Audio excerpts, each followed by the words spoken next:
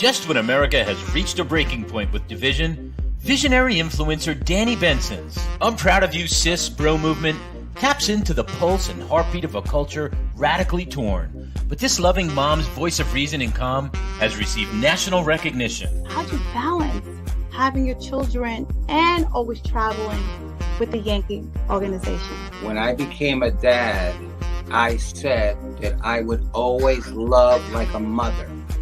I feel like I have to try certain things or act a different way because I know some people or some kids.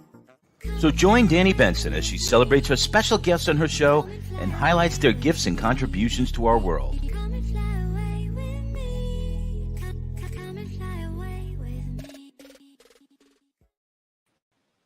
Hi, everyone. Thank you for joining on Proud of You Sis. My name is Danni Benson.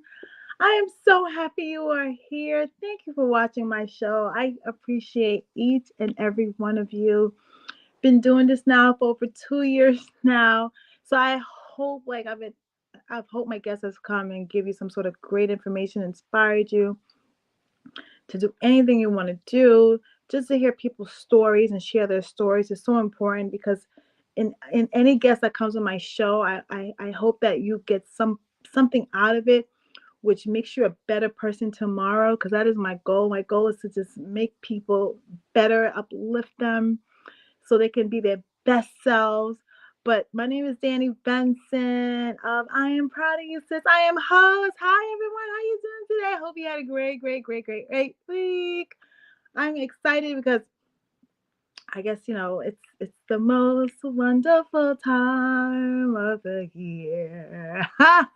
Yeah. Well, in my house it is. I have kids, so Christmas starts early. I mean, my kids were like, "What about Thanksgiving?" I said, "Thanksgiving is for family, but the holidays have just begun." So I'm so excited to just share this happy time with you all. I know people go through things, so this might not be the best time for people, but I just want to get into a space where we could find some sort of happiness in this crazy world that we live in and just have something to look forward to. Because life is a dance. So I am winding into my guest. Her name is Mohena JeanPierre, and she wrote a book called, because we're both Haitian, what's up, Lavi Se Yon Dans. I hope I'm saying this right, Mohena. But life is a dance, and to get through this thing called life, I call it a roller coaster, because life has its ups, its downs, its twirls around. You know how life is. You're happy one moment, sad one moment, you're angry one moment, cheerful the next. But if we don't enjoy dancing with life, then you are just wasting your time living. Well, I don't want to really say it that way. Meaning that whatever partner you get in this thing called life, dance with all your heart. Appreciate what it is, because tomorrow will be better. So here is Miss JeanPierre, Haitian. Magboule sak pase. Saka fait. Hi, I'm so happy that you were here. Thank you. I read your book, loved your book. You just had your launch a couple of weeks ago. I did. And your cousin, Stephanie Lamar, is amazing. I love this woman to death. I love her too, and my kids love her too. I love the whole family. They're amazing. I kid you not. I have to thank God for them. I really do. Like, there's certain people you have to learn to appreciate, and she's one of them. You are lucky to have a family member like that. I gotta tell you, hold her tight. Because not letting go. Yeah, never let her go. And I know that she's part of the dance of your life also. She is. I used to call her Mommy Tina. Well, no, I still call her, but I'll call her Mommy Tina. Like, since I was little, she would always be like my mother to me. So I'd always be like, Mommy Tina. But I love look at you. She gets to see you as a beautiful young lady. And I know she looks at you and she is so inspired by everything that you're doing right now. I know she's so proud of you. She is so proud of you. So I'm happy that she was a part of your amazing launch. I saw the video. I couldn't do it without her. I could not do it The without her. prayer was so beautiful. I wish I could have just played this video for the show, but maybe my producer, maybe you could send me I send will. me that snippet of the video, and maybe my producer could maybe add it on to the show, because she said such a beautiful prayer that I even had to share it on my page, because that's how powerful it was. And I wanted to spread love to anyone who followed me on my page, because that prayer was such a testimony that I just want to tell you that you are covered in the blood of Jesus. And I'm going to say that, yes, I love Jesus. Yes, yes, yes. Amen. I am Amen. a testimony, so I'm not going to deny how I feel about my beliefs. Everyone has a right to believe what they want to believe, but what she spoke on you was definitely you being covered by the blood of Jesus. So I just want to first tell you, I'm proud of you, sis. Thank you. I read your poems, but I want you to tell me your story of your journey and how'd you come to these selections of poems that you wanted to publish.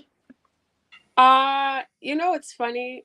I had to tell this story. If I have to tell the story, I have to tell it from the beginning, right? Go ahead. So, I've always been into writing, but I was never really like, this is my passion. This is what I want to do. Like, I've always dabbled in things. It started with me in drawing. My aunt got me this coloring set, and I was just like, oh yeah, I like to draw. I did a comic book and everything. Didn't stick with it. I wish I still had it, but I threw it out because I was like, I'm not gonna be a comic book artist. This is ridiculous. Threw it out. 7th grade, Miss Leahy's class, I took creative writing, and we were talking about poetry because I've always had a love for poetry. I don't know what it was. And I wrote this poem on love. 12-year-old me, I didn't even know what love was, but somehow I managed to write a poem on love. Could I recite it to you? No. But that was the beginning of poetry for me. And then I would say what really got me back into writing was, it's an anthology, a short story, eroticas and poems. So one day I was bored, and I grew up with Zane.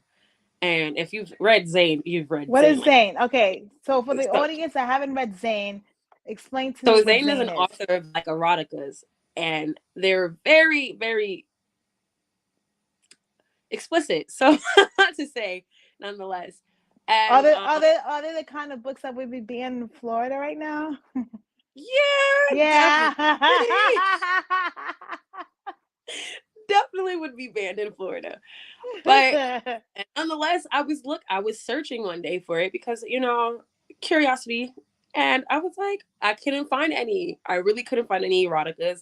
And I was sad because I think like reading is a segue to fantasy in my head. And I'm like, you know what? Why not? So I started writing some short stories for myself. And at first I was like, it was just something to do. And then I would send it to my friends just for pure entertainment. And they were like, oh, it's so good. And I'm thinking, okay, you're my friends. You have to say this, But then I would have my coworkers or just strangers read it, and they're like, oh my God, like, okay. So I was like, all right. Then poetry came back. I was dating a poet, and his love for poetry brought my love back for poetry. So then I was like, okay. So we would after we broke up, that's when everything else just came flowing. I would say I was going through a hard time. I was in my darkest moment, I would say. And when I say God helped me get out of that, God, like, there's no other person but God. Because in that moment, I would say I wasn't working. I was financially, I was struggling. Then I was also dealing with the loss of my aunt from cancer a year ago. And then I also losing family members and letting go of them and still mourning them while they're still here. So I feel like it was how does that look like? Trauma, I think, and then establishing boundaries and having to put myself first. So I never gave myself the time to mourn, I think, or really deal with the process. I feel like life just kept happening and I just kept rolling with the punches. And sitting in that moment of dealing with heartache, depression, and just loss and mourn. I think it was all hitting me, and I had to ask God. I had to beg him. I was like, God, I don't know what it is, but I want to get out of this. I don't want to feel like this anymore. I'm like, whatever you need me to do, I'll do it. Like, I'm at your beck and call. I don't want to feel like this anymore. And it got to the point where it was just like the only way I felt a certain escape was just writing. So I just kept writing and writing and writing. And I got my poems. I got the short stories. And I think within those short stories, you could see the difference or like the stages of pain I've encountered. And I feel like a lot of it, like some people, you'll be like eroticas and they're like, but I feel like a lot of people deal with a struggle of expressing themselves sexually or feel discouraged because of society and how they deem people. But in this book, it's just like you feel the liberation, you'll see the liberation. And even in the poetry, you'll understand the liberation. And then I think also a part of the heart, like the breakup and the heartache and all of that, like you also get a sense of that, the loss of mourning somebody you once knew and not knowing them anymore. So it was a lot. I mean that is a lot with life. Yeah. Just the mourning part and going through trauma. So you feeling this way when you read your books, when you read your book now, what place are you in now? Because you're reading it, you're writing these poems and short stories in a place of pain. But when you're rereading them now, where you are presently today, how do you feel about that person that was writing those poems then?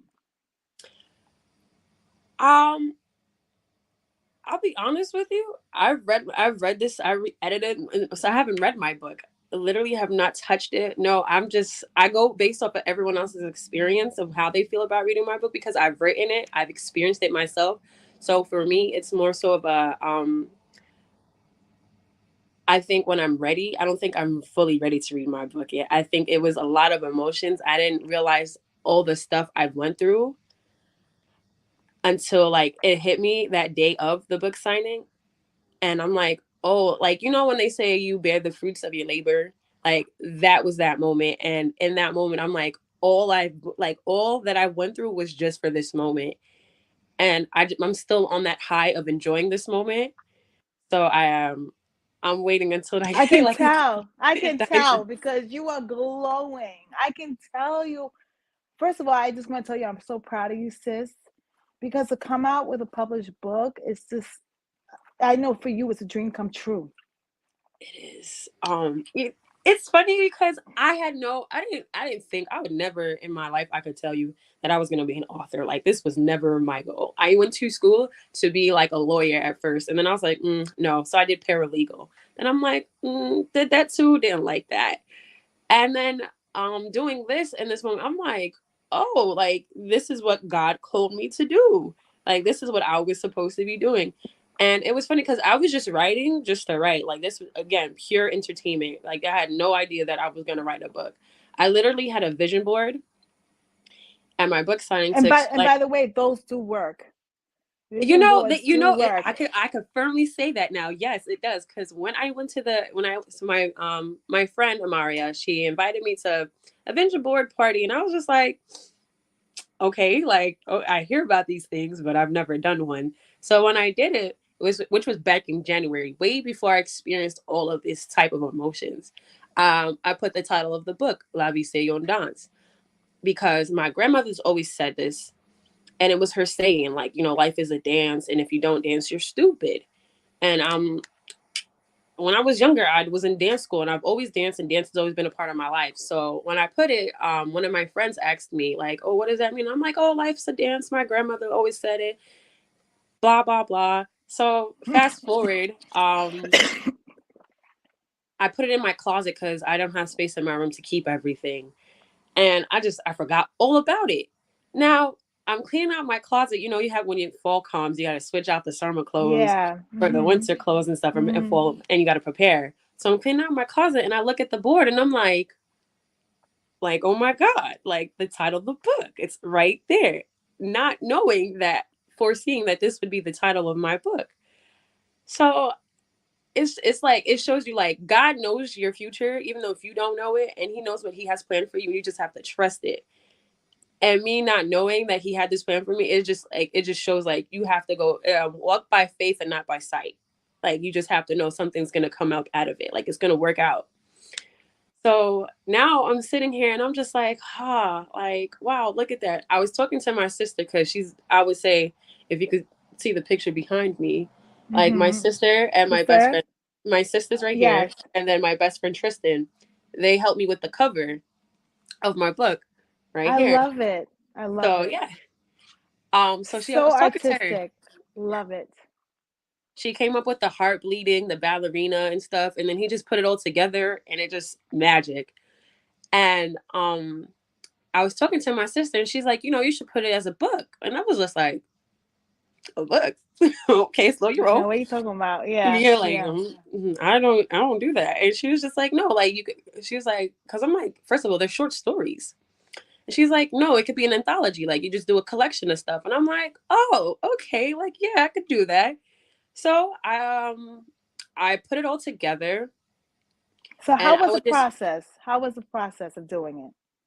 It was, it's not what it's cracked up to be. I'm not gonna hold you. It's very hard. I thought it was a 1, 2, 3 process. So I made it a small goal of mine. Like this is literally one of the smallest goals I had and planned for me. And I said, if I could accomplish this, then there's nothing stopping me from doing what I want to do at this point. So I've continued writing the short stories. I finished them up, and at first I had no idea about publishing and stuff. So this is where Stephanie came in because she's also a published author. So I was just like, what did you do? She was like, oh, self-publishing, and like you can go through Amazon and stuff like that. And I was like, okay. Thought about it, and I would go to my friends, and I had an old friend, and I was talking to him. And I asked him about his review on it, and he was being honest, and it kind of hurt me a little bit. But in the honesty, I was just like, you know what? Since you're being that honest, and I feel like you're telling me I can't, I'm gonna do it now. Like that was my mindset. I was just like, I have to prove him wrong. Maybe it was a pride thing, and it's not always good to move on, like work on pride. But this time, it kind of benefited me because I got to publish. It was you believing in you. It was, but it's also people doubting because I always feel like you're gonna doubt me. Now I have to show you why you shouldn't doubt me, and that I have to remind you that I'm God's child and that God does not play with me. So with that, I called Amazon and I was like, I want to publish a book, and they're like, oh, what kind of book? I said it's an anthology of short story eroticas and poems, and they're like, is it done? I said yes, I have it written, I have a rough draft, I have everything, and they gave me my publisher. His name is Mark. Shout out to Mark. Couldn't do it without you. And Mark has helped me, and he's been patient with me. I'm not an easy person to do this. I'm not gonna hold you, Danny. I was very like, what am I supposed to do? What's the next move? Da, da, da. But nonetheless, after a lot of revisions and stuff and correcting them, because some people are not familiar with New York lingo, and I realized that because in one of the short stories I said bacon, egg, and cheese, and we all know as New Yorkers it's one word. But to everyone else, it's like 3 words, and it's like, no, my love, it's only one word. Oh, like bacon, egg, and cheese. There's no Yeah, and in it. There's no yeah, and. Like bacon, comma, egg, yeah, comma, and cheese. yeah. And I was like, So no, it's bacon, wait. egg, So cheese. you couldn't keep the New York lingo, because I love New York lingo. People can tell when you're from New York. They be like, "You're a New Yeah, Yorker, aren't you?" you know, but I had to correct it, and I told them, I was like, no, it's New York lingo, and they literally put it all together, and then in the parentheses, they're like New York lingo. Ah, so crazy. Right. But they have to know, like, everything is down to my roots. I'm from New York. I'm Haitian. That was another thing. Like they put the title as and they translated to American, Life is a Dance. I said, no, one thing about me is I'm gonna represent my roots. I'm from Haitian descent. Haitian American. It's gonna be Lavi Se Yon Dans. And that's it. Shout out to the zones. I'm not playing. Shout out to the zone. I'm Haitian. My parents are from Haiti. If people didn't know this, firstborn generation in America. So we know how it is to have Haitian parents. If you're Haitian, you understand what I mean. So that's why I think like that's why I love my family, my parents so much, because getting older, I realized their tough love was them actually like really loving us. Yeah. When you think about it, I will always say this about us, about Haitians in general. We are very resilient people. It don't matter how many times you knock us down, how many times you come for us, we will always get back up on our feet.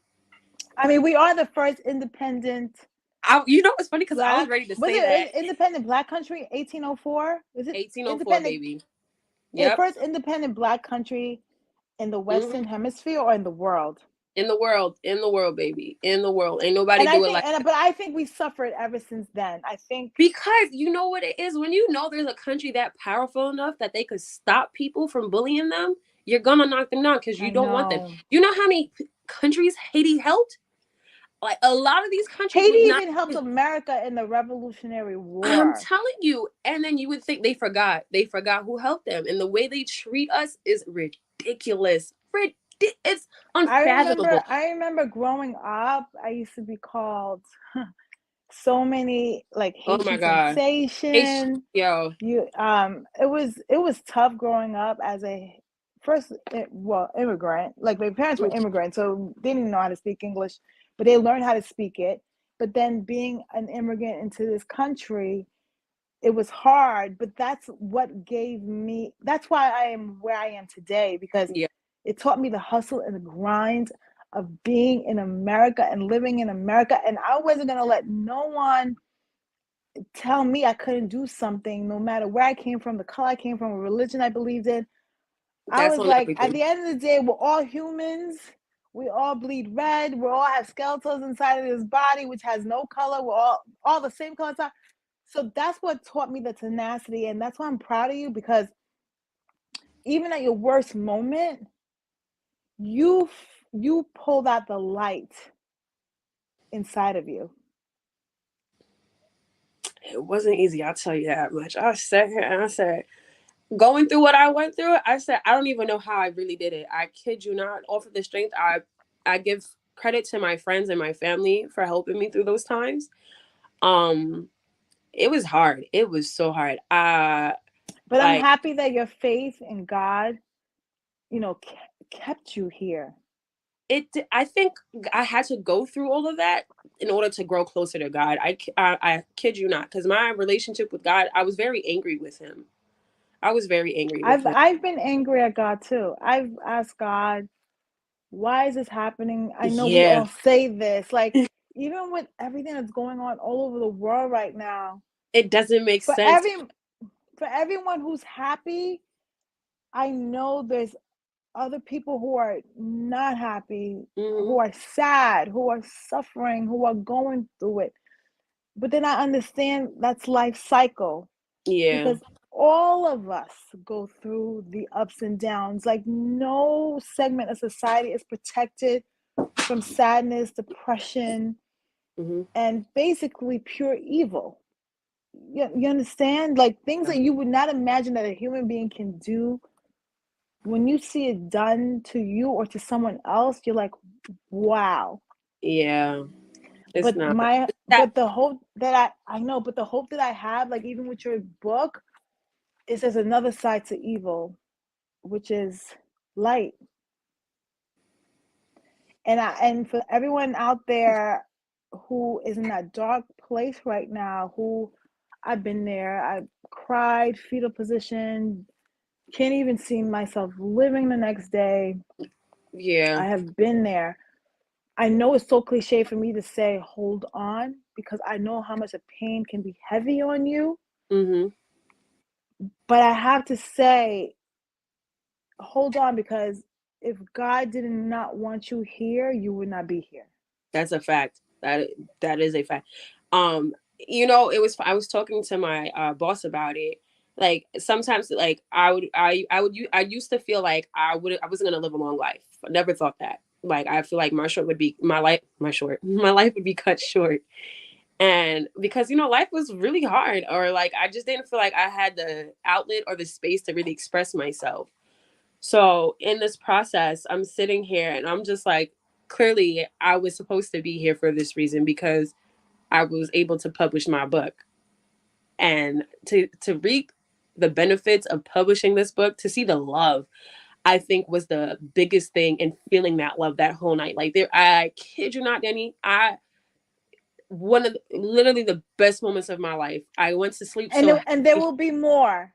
there will be more. There will be more. But right now, this is the beginning of it. Like I could Yes. not sleep because I was so happy. Like I never felt such joy. Like I was like, everything that I went through has led me to this moment to feel this joyous, like this praise for God, because without him I wouldn't have made it this far. I kid you not.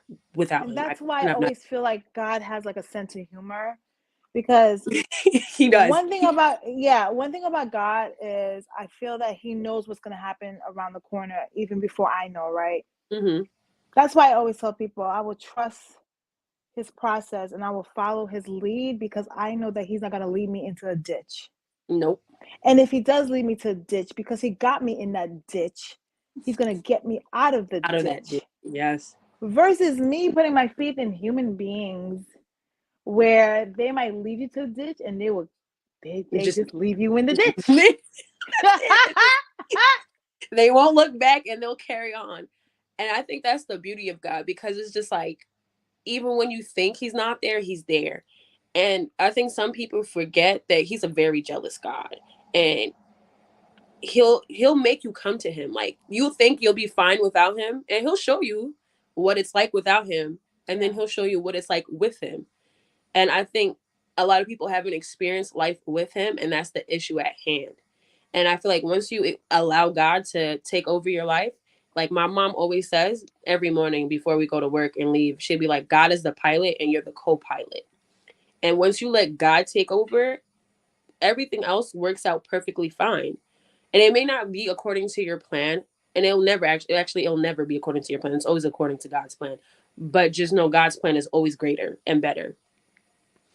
And I think also just having faith in yourself, that's also what helps you get there, because I feel like in this world it's so hard, especially with social media. Everyone's just like, oh, I'm not where this person is, and you're always comparing It's yourself. always comparing, and then I said this is the first generation that actually can see that they're poor. Yeah. I grew up, I don't know if it was poor, but my parents are immigrants. They came here first of all, they had to come here legally, right? Yeah. Back in those days, right? So they were considered okay in Haiti, but here they were considered poor. Right. But at least I didn't discover I was poor until it was time to go to college. And I was like, my parents was like, oh, we're buying a car every 4 months? I was like, yeah. Like, they were like, we're not buying a brand new car every 4 months. Because back then, that was the price of college. It was like, to them, it was like buying a brand new car every 4 months. Yeah. Which is crazy, right? But now what happens with kids now is they're in social media, so they get to see early that they're poor, like, or they're not living the life, or like they don't get to know because they're seeing everyone else have their life different. And it's just like, let me tell you, life before social media, it was great. And now that I think about it, it was really great, because you couldn't judge anyone based off anything. Maybe how they dressed at most, but not what their parents' status is, what their houses look like. It was like what they were eating for dinner. Yeah. Like when I be seeing these people go to restaurants, my kids would be like, Mom, can we go there? And I'm like, no, we're not going there. But do you understand what I mean? Like, yeah, it's so much on you babies. Yeah. So much on you guys. Like, it's a lot of pressure.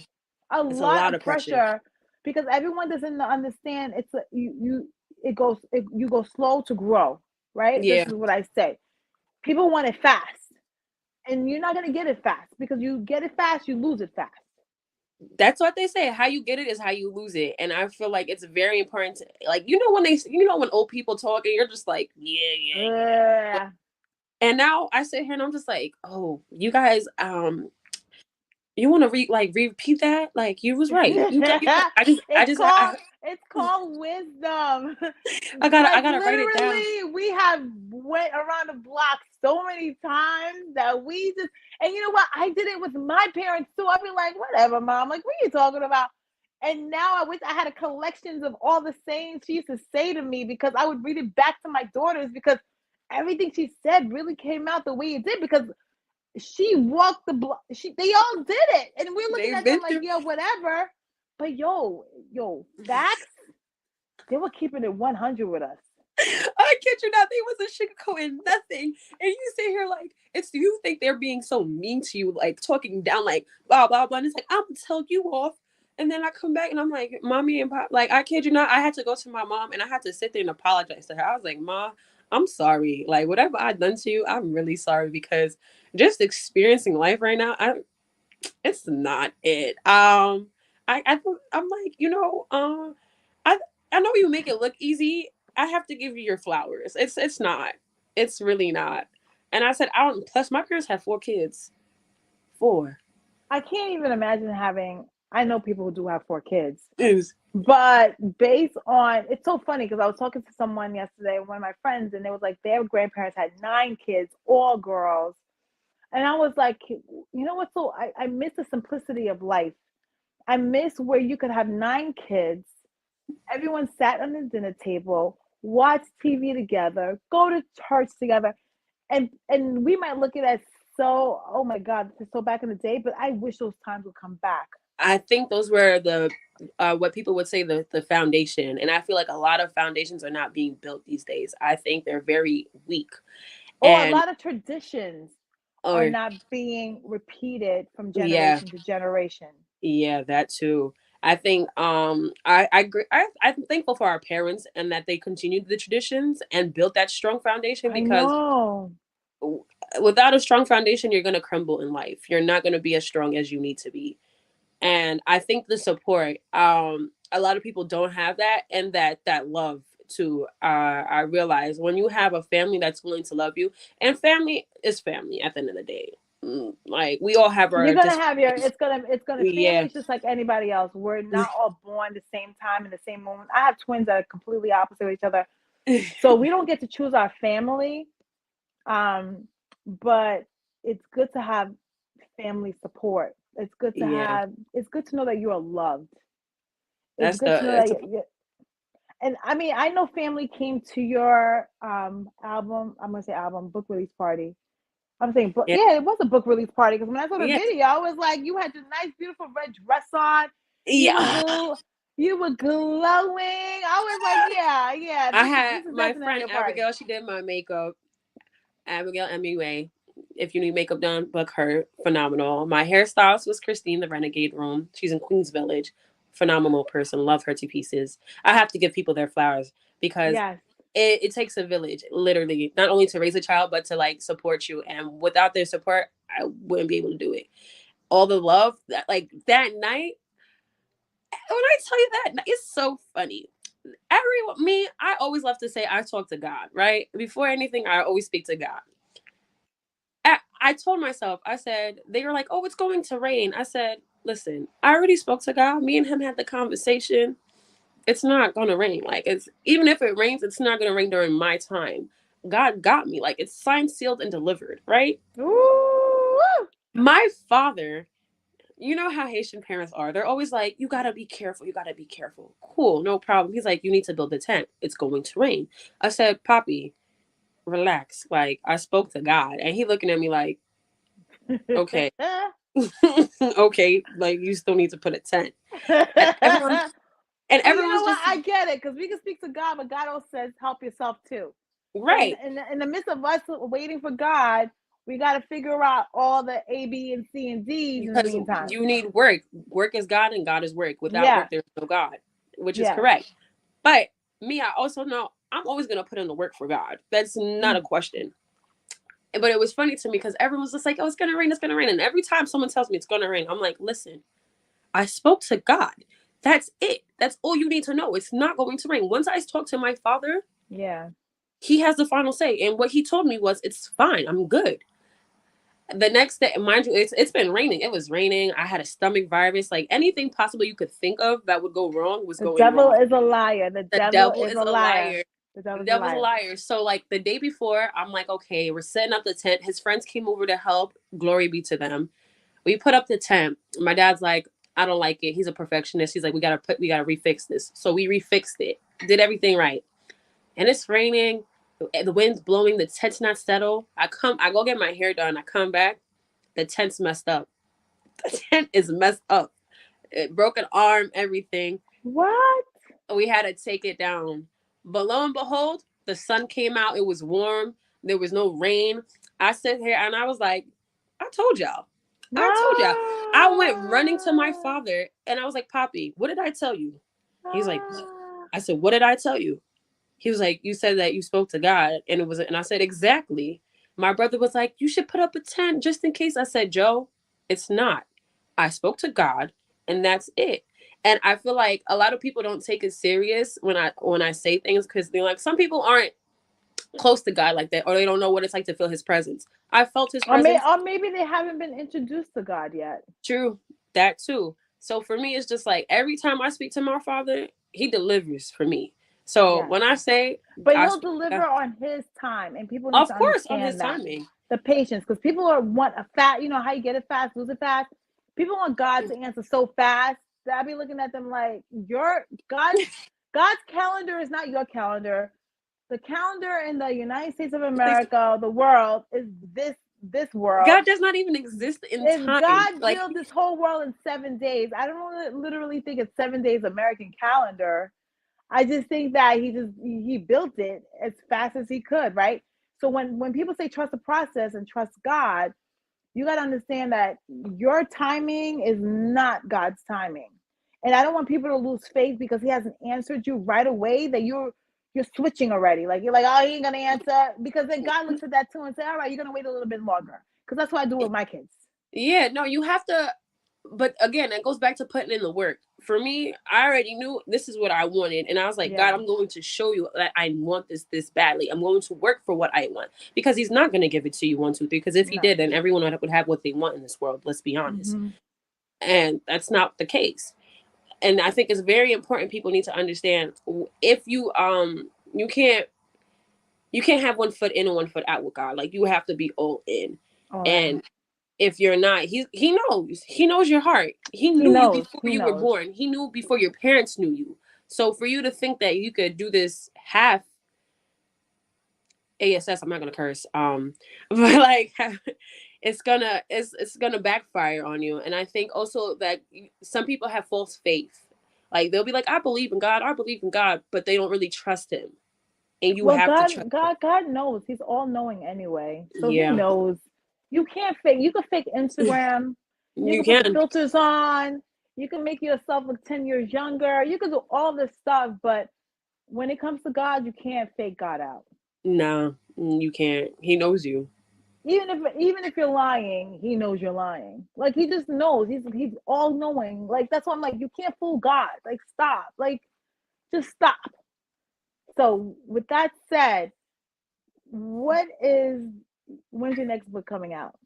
Oh, that question. Everyone keeps asking me this. When's your next book? I literally just published this book. Probably next year, I would say. I'm currently working on the 2nd book and short films. I'm also writing a script. Yeah, girl, I'm telling you, this was just the beginning of my goals. I think you found your life purpose, by the way. Because the way you're glowing, you're definitely going to be an author. At least. Look at you. And you know how many kids are going to read your books? How many young adults are going to read your books? You're gonna change someone's life forever. Thank you. And actually, I hope. I always told God, and I realized, like, when you speak to God, like, you don't think he's really listening, but he is. I remember asking God, I said, when I speak, I want people to see you through me. Like, I want them to see my testimony and see that if it wasn't, like, you're real, like, because I wouldn't be here standing without you. And when I had the book signing, my sister's friends was telling me, like, like, you could just tell, like, God was there with you, like, you just knew. And I was just like, oh, thank you. Or like, when I get messages and they're just like, you could just feel the presence and, like, you just see how God was working through your life. And I'm like, I think back today, prior to this interview, I was just like, oh, like, you don't really realize how much God has answered your unanswered prayers that you've had. And it may have been years ago or a month ago or something, but he still answers it. So I think today I was just like, it finally hit me. I'm like, oh God, like, you're really working on me. Like, and people are seeing it. And I'm so happy because that's what I want. Like, I need people to understand, like, yeah, it's hard. I think a lot of people hold animosity towards him, and the beauty about it though, you can be angry with God because he has an unconditional love for you. Like, imagine a person you could go to, curse them, scream at them, whatever in the book you want to do, And he's still and gonna they love you. still and he's still gonna love you Unconditionally. unconditionally. Not Because with as in conditions. flesh, we Unconditionally. have conditions. No matter how many people say I love you unconditionally, there's conditions, Yes. and God doesn't have any. And experiencing that, it was just life altering, really life changing. Like, I couldn't be here. I wouldn't be here today talking to you if it wasn't for God. I wouldn't be writing a book either if it wasn't for God. I just wouldn't be where I am today. And I think it was just being scared and not knowing what's gonna happen next. Because, with life and trauma, you always wanna have that control. Mm-hmm. But with God, you're not in control. So I think letting Mm-hmm. go of my control was my segue into being who I am right now. All right, so I need you to do your dance before we wrap up. And before I do your dance, and then I wanted you to give all your handles so people could find you, where to buy the book, and everything like that. I'm not gonna dance. I do a little Ah! shimmy for you. I'm not. Do a No, no, little shimmy. no, no. Because, life is a dance. So I Life want isn't. to. No, Entonces, no. ¿cómo va entonces, por cosa? ¿Cómo así I'll para do eso a me little voy? shimmy for you. I do a little this. My goodness. But a dance, Yeah. I got you in public. Me and you will dance. But everyone Okay. else, All no. right. All Sorry, right. So guys, you I you can't you do it got for me. you. We're But gonna do my it, but you check handles, on that. Yes. for my book page is Lavi Se Yon Dans with an under. Yeah, but we can't thank God. He's going, I'm telling you. Fool myself, but I always think I inspire people. I've been told I inspire people, so I always say your So favorite. say it one more time where you can find your book. One more time. Say it again. Oh, you can find my book on Amazon. There's a link right there. Amazon. Okay, there's a link. It's Um. There's a link. There's Oh, paper book or there it is right Kindle. there. Yes. Okay. And you can also find me on Instagram. You can find me on TikTok. TikTok, your favorite Say muse your as name. well. Spell your name out so everyone can know where to find you. There it is, That's right there, right? there it is. That's for the book. My personal page is your favorite muse, so it's literally YOURFAVORITE. I